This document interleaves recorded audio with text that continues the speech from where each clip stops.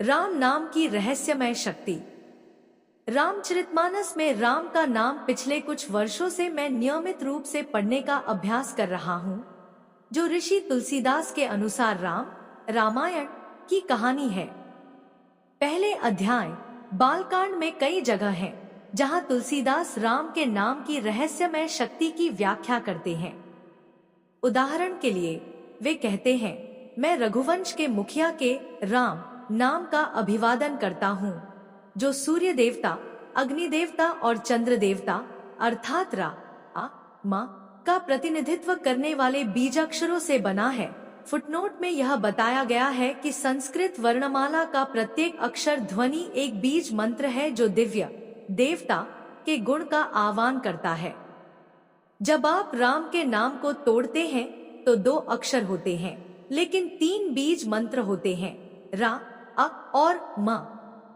रा सूर्य का प्रतिनिधित्व करता है, अग्नि या आग का प्रतिनिधित्व करता है और म चंद्रमा का प्रतिनिधित्व करता है। चूंकि पृथ्वी पर प्रकाश के 3 स्रोत सूर्य, अग्नि और चंद्रमा से आते हैं, इसलिए राम का नाम जपना प्रकाश, ईश्वर के सर्वोच्च प्रकाश को आमंत्रित करने का एक तरीका है। बेशक ईश्वर को अक्सर प्रकाश के रूप में वर्णित किया जाता है। उदाहरण के लिए बाइबल से परिचित किसी भी व्यक्ति ने यह अंश सुना होगा, ईश्वर प्रकाश है और उसमें कोई अंधकार नहीं है।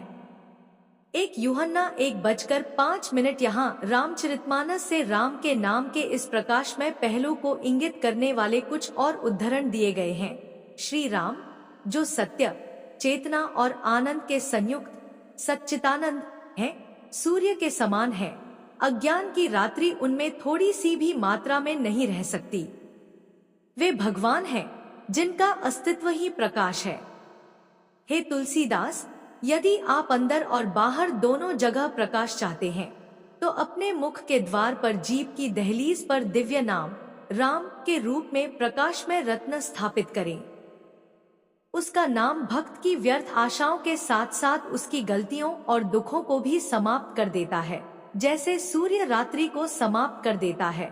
राम मुख्य रूप से सूर्य से जुड़े हैं और पहला शब्दांश रा सूर्य का प्रतिनिधित्व करने वाली विभिन्न भाषाओं में पाया जा सकता है।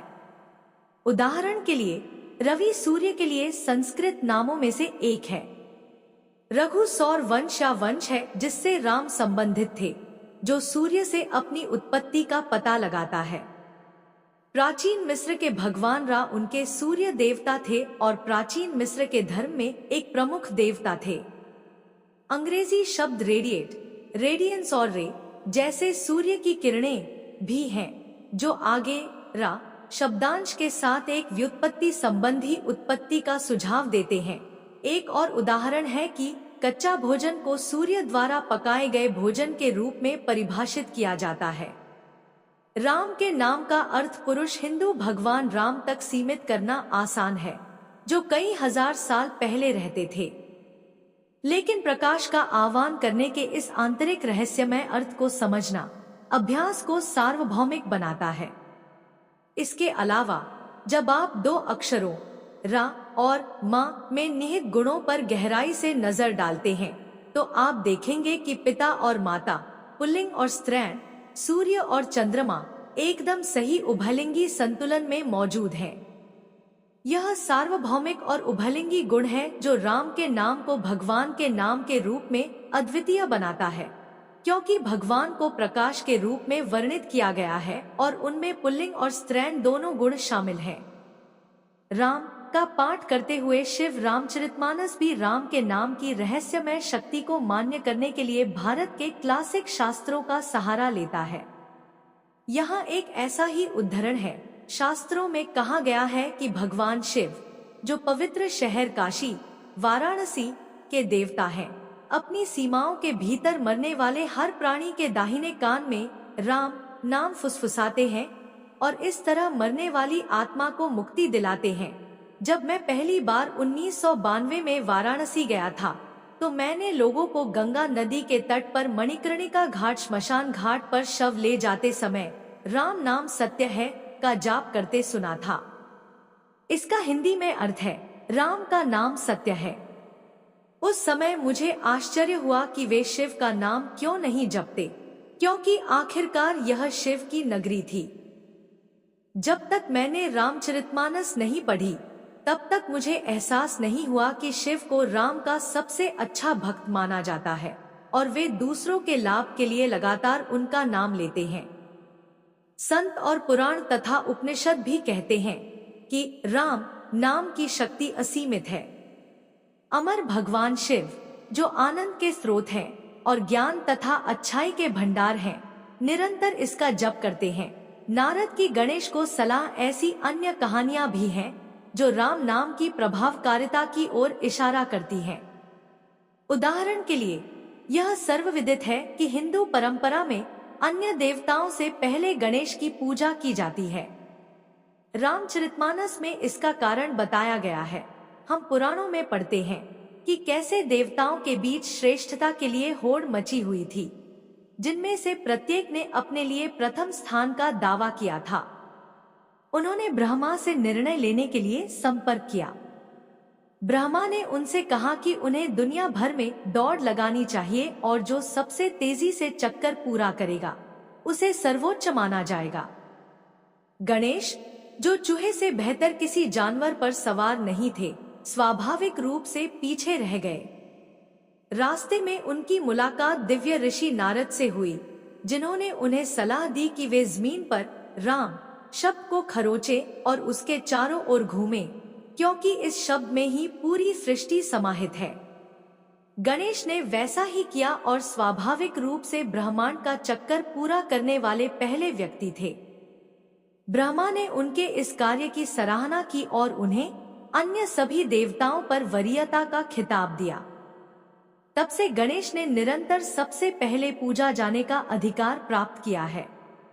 उपचारात्मक उपाय के रूप में राम का नाम जब लोग मुझसे उपचारात्मक उपायों के बारे में पूछते हैं, तो मैं अक्सर सबसे पहले राम के नाम को एक जप मंत्र के रूप में पढ़ने का सुझाव देता हूँ, जो एक मंत्र है जिसे कम से कम 108 बार दोहराया जाता है। यह सबसे अच्छा सामान्य सर्वोद्देशीय उपचारात्मक उपाय है जिसके बारे में मैं जानता हूँ। अधिक पढ़ने के लिए कृपया उपचारात्मक उपाय के रूप में राम नाम लेख देखें। अन्य सामान्य सर्वोद्देशीय उपचारात्मक उपाय जो शास्त्रीय ज्योतिष ग्रंथ अक्सर सुझाते हैं, वह है विष्णु सहस्रनाम।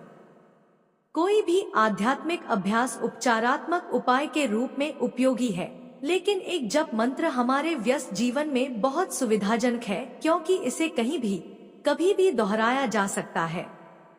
चूंकि मंत्र ध्वनियां हैं जो कंपन पैदा करती हैं, राम का नाम लेने से मन में प्रकाश और पूर्णता आएगी, जो केवल लाभकारी हो सकती है। इस कारण से इसका उपयोग करना सुरक्षित है, भले ही कोई अन्य प्रथाओं को शामिल करता हो। यहाँ सामान्य राम जप मंत्रों की एक सूची दी गई है। ओम श्री राम जय जय राम, ओम राम रामाय नमः, श्री राम शरणम मामा, हरे राम राम राम हरे हरे कृष्ण कृष्ण कृष्ण कृष्ण हरे हरे। महामंत्र और काली संतराण उपनिषद अंतिम मंत्र के बारे में, जिसे महामंत्र या महान मंत्र भी कहा जाता है, काली संतरा उपनिषद कलयुग के दौरान इसकी प्रभावशीलता की प्रशंसा करता है, जो कि वर्तमान युग है जिसमें हम रह रहे हैं।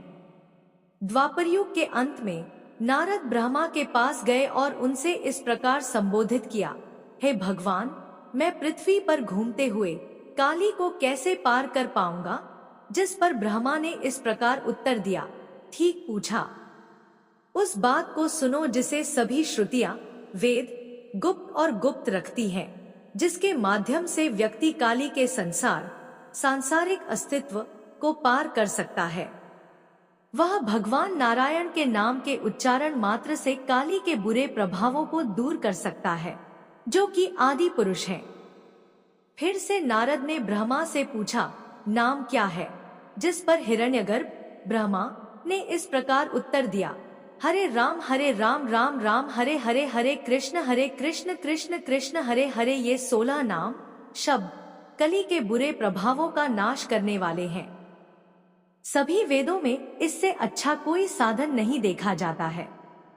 ये 16 नाम 16 कलाओं, किरणों से घिरे जीव के आवरण या केंद्राभिमुख बल जो व्यक्तित्व की भावना उत्पन्न करता है को नष्ट कर देते हैं। फिर जैसे बादलों के छंट जाने के बाद सूर्य का क्षेत्र पूरी तरह चमकता है, वैसे ही परब्रह्म अकेला चमकता है। नारद ने पूछा, हे प्रभु, इसके संदर्भ में किन नियमों का पालन करना चाहिए? जिस पर ब्रह्मा ने उत्तर दिया कि इसके लिए कोई नियम नहीं है। जो कोई शुद्ध या अशुद्ध अवस्था में इनका सदैव उच्चारण करता है, वह उसी लोक या उसके सामीप्य या उसी रूप या ब्रह्मा में लीनता को प्राप्त करता है। यह ध्यान रखना दिलचस्प है कि पाठ के कुछ अनुवाद कुछ इस तरह कहेंगे, किसी भी शास्त्र में मुक्ति का कोई दूसरा साधन नहीं है, जबकि यहाँ जो दिया गया है इससे बेहतर कोई साधन सभी वेदों में नहीं देखा जा सकता है। व्यक्तिगत रूप से मैं कम कट्टरपंथी दृष्टिकोण को पसंद करता हूँ, जो यह मानता है कि ईश्वर तक पहुँचने के कई रास्ते हैं। यह भी ध्यान रखना दिलचस्प है कि मूल पाठ राम के नाम से शुरू होता है, उसके बाद कृष्ण। अगर यह जानकारी आपको अच्छी लगी हो तो हमारे चैनल सुविचार विद सुषमा को सब्सक्राइब जरूर करें और अपने दोस्तों के साथ साझा करें। ऐसी ही अन्य महत्वपूर्ण जानकारी के लिए हमारे चैनल से जुड़े रहें। धन्यवाद।